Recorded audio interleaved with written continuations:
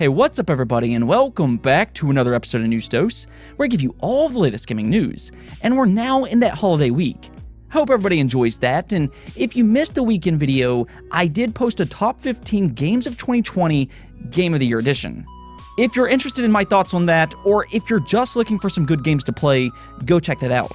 We got plenty to talk about today though, including more CyberPunk 2077 drama, because it just keeps getting worse for CD Projekt Red. We got a couple big sells to talk about, some next generation graphics, and Sony might be bringing back a beloved PlayStation IP. So yeah, we got a lot to go through, so let's get right into the news, starting off with Virtua Fighter. Now, we talked about Virtua Fighter X esports back in September, as Sega revealed that they are working on a new installment for the legendary fighting game franchise. This is actually very exciting stuff, especially if you're into fighting games. Virtua Fighter has a long history dating way back to 1993, and it was the first arcade 3D fighting game ever made. So for a lot of people, this was their first introduction into 3D fighting games, and it was great for its time. It's still one of the most iconic fighting game franchises ever made all these years later, and it kind of faded away over the years, with the last mainline title being Virtua Fighter 5 Showdown, which released back in 2010. So it's been gone for a little while, and it's sorely missing. I really think it's time to bring this franchise back in a big way. It deserves it, and luckily Sega seems to agree, but what should you expect with Virtua Fighter X? Back when they first announced it, they didn't really say much, but we did get some new details in Sega's latest financial report. It's now being described as a restart that will focus on esports, initially in Japan. Yeah, this does sound like it might be a staggered release, with it coming to Japan first. It's hard to say with so little details as of this moment, but this for sure does look like it's going to be a reboot. I'm not necessarily a big fan of the staggered release per se, but I do think it's smart to bring this game back with a focus on competitive gameplay. Fighting games live and breathe off of their communities, and when you focus on esports, it can increase the longevity of its lifespan. I mean, just take a look at Super Smash Bros. Melee, and somehow they kept that game alive far longer than what most people would have expected. I also think competitive fighting games has plenty of depth to them. If you look at games like Killer Instinct, Street Fighter, Dragon Ball FighterZ, or even Mortal Kombat, they're all very good competitive games.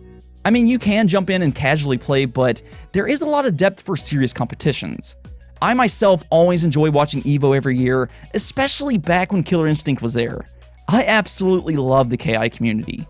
Nonetheless, it does sound like Virtua Fighter is going to get the reboot it deserves, and that's very exciting. Let's talk about some next generation graphics though, because this is pretty insane. The thing is, so far most people talk about ray tracing and frame rate. These are the two big enhancements that we're seeing in pretty much every single game. Ray tracing looks gorgeous, of course, and then 60 frames per second feels just so good. I mean, when you make that jump from 30 frames to 60 frames, it's hard to go back. It really is. But for some people, they want to see other improvements for these next generation consoles, and EA managed to do just that. So check this out. The new FIFA improvements on the Xbox Series X is absolutely crazy, especially the hair physics. This is thanks to Digital Foundry, but if you look at the Xbox One X version side by side with the Series X, it's a night and day difference. This is a true next generation enhancement, as their hair looks realistic. I'm not saying it's perfect or anything like that, but it's so much better than what the Xbox One and PS4 was capable of. This is the future of the PS5 and Xbox Series X. I think we're going to see a lot more games do things like this as time goes on, as they just have a lot more power to work with.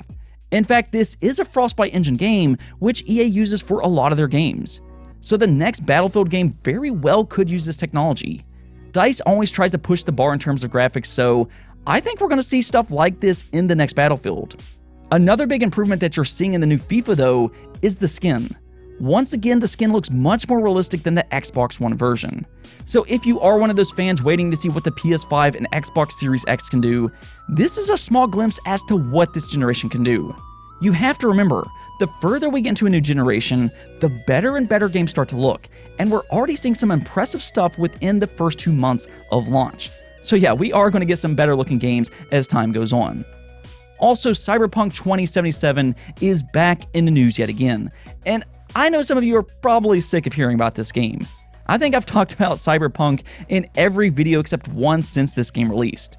That's because they just keep popping up in the news, and it's like the situation just gets worse every time we hear about it. Well, now it's gotten so bad that CD Projekt Red might be facing a class action lawsuit from their shareholders and investors. Right now, they are considering taking legal action for misrepresentation in order to receive financial benefits. So let's look at it this way. As a gamer, some of you feel like you were lied to. CD Projekt Red seemingly did things to hide the fact that the Xbox One and PS4 version wasn't in the best running condition. They didn't show gameplay running on last generation consoles, which is fishy on its own. Then they also had some weird stipulations to where reviewers couldn't show gameplay, and on top of that, they were locked to the PC version that of course had much less issues than the console version. So it does seem like they possibly knew this game had some problems, and that's misleading to gamers. But it's also misleading to their investors, which may have lost a lot of money. I mean, this was one of the most hyped up games I've ever seen, so I'm sure some people invested a lot into this company expecting to make some money here. Instead, however, CD Projekt's stock has plummeted since release because of all of the problems they faced with these bug issues. Gamers are not happy, and they want refunds, and this does affect the long-term health of this game. And then to make matters worse, PlayStation delisted it from their digital storefront last week, and as you can imagine, CD Projekt's stock collapsed even further than that. So investors are not happy, and they might make a case out of this. I keep saying it, but this whole situation is a mess, and it could have been avoided. CyberPunk is a good game without the bugs. It sadly just needed another delay, and I know they wanted those holiday sales. I also know they were probably feeling pressure from gamers angry over them delaying it twice. Either way, CD Projekt should have never released CyberPunk in the state it's in. I do have confidence though that this game will be great in the long run, but their reputation has definitely taken a big hit. Let's talk about PlayStation though. For the last couple years, PlayStation has seemingly been working on a new project with a new studio. This would be the new mysterious studio from Sony San Diego. They've been around since late 2017 or early 2018, but what are they working on? That's really been an ongoing question among fans, as Sony hasn't confirmed anything yet. There have been plenty of rumors and speculation, however, as you'd probably expect.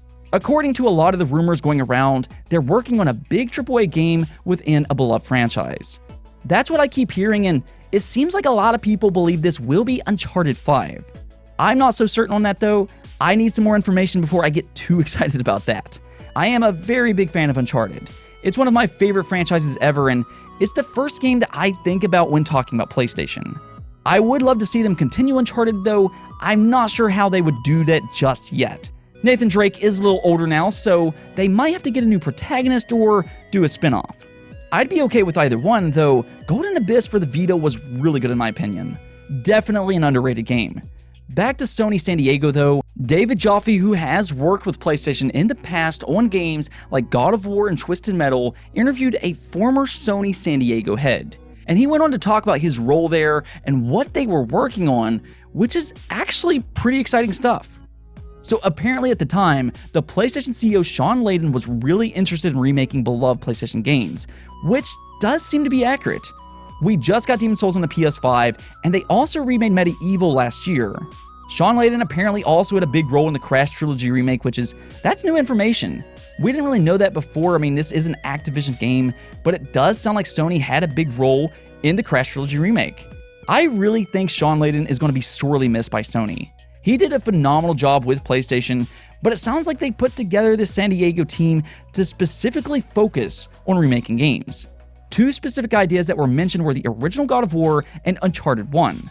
Now, do keep in mind that does not mean that's what they're working on now. They could be going in a completely different direction, but they were chasing remakes when they first formed the studio. I think this is telling on the type of concepts that they had. They may have decided to do some kind of remake. I mean, PlayStation has plenty of games that they could do that with, such as the Jak and Daxter trilogy. For that matter, they could end up reviving dormant franchises as so many fans have speculated on. Maybe make a new Uncharted game, or they could make a new Jak and Daxter. I think that would make a lot of fans very happy, and I like the idea of a studio doing stuff like this. New IPs, of course, are always great, but I love that nostalgia of bringing back big franchises. We just saw Xbox do that with the Initiative and Perfect Dark, and I could see Sony doing that with a new studio, whether that be Sony San Diego or continue partnering up with the extremely talented Bluepoint. I will ask you though, if PlayStation does bring back another franchise, what would you like to see them do? Let me know in the comments below. On to our last topic though, there is a major Xbox sale going on right now with more than 800 games on sale. Yeah, you gotta love the holiday for those big deals, and there are some really good games here. I think a lot of the times when you see these big sales, you see a lot of old games, but this time there are several newer games. I was kind of skimming through it, and here's a few games that stood out to me. Assassin's Creed Valhalla, Immortals Phoenix Rising, Yakuza Like a Dragon, Call of Duty Cold War Cross-Generation Bundle, and Ghost Runner are all on sale right now. I mean, these games are only like a month or two old, and you can already get them on sale. And here's something cool. Xbox has been sending out an email titled Gifts for Gamers Made Easy. Now, usually you can just ignore these, but this one has a hidden gift inside that you might want. So go check your email and then scroll all the way down until you see this picture. Right here, you're going to want to click on the present below the heart, and this will give you a $5 Xbox gift card redemption code. So yeah, it's a free $5 gift card, so go check your email out. Now, I also checked out the Nintendo eShop this morning, and it looks like they have their own sale going on as well. It always seems like they have something going on, but there are some good games on there as well. Again, I just skimmed through it real quick, but Immortals Phoenix Rising is also on sale on the Nintendo Switch. This game is similar to Breath of the Wild, so Nintendo fans, you might want to go check that out. Also, Monster Boy, Somnium Files, Ni no Kuni, the Final Fantasy games, and a lot more are on sale at the Nintendo eShop. Yeah, the holidays are here, and I believe the PlayStation sale goes live tomorrow as well. I'll definitely keep you updated on that, but if you're looking for some good games, now is the time. Anyways though, that's it for this episode, but if you liked the video, don't forget to hit the notification and subscribe button for more content just like this. Also, if you'd like to support the channel through Patreon, thank you for making this content possible. Peace out.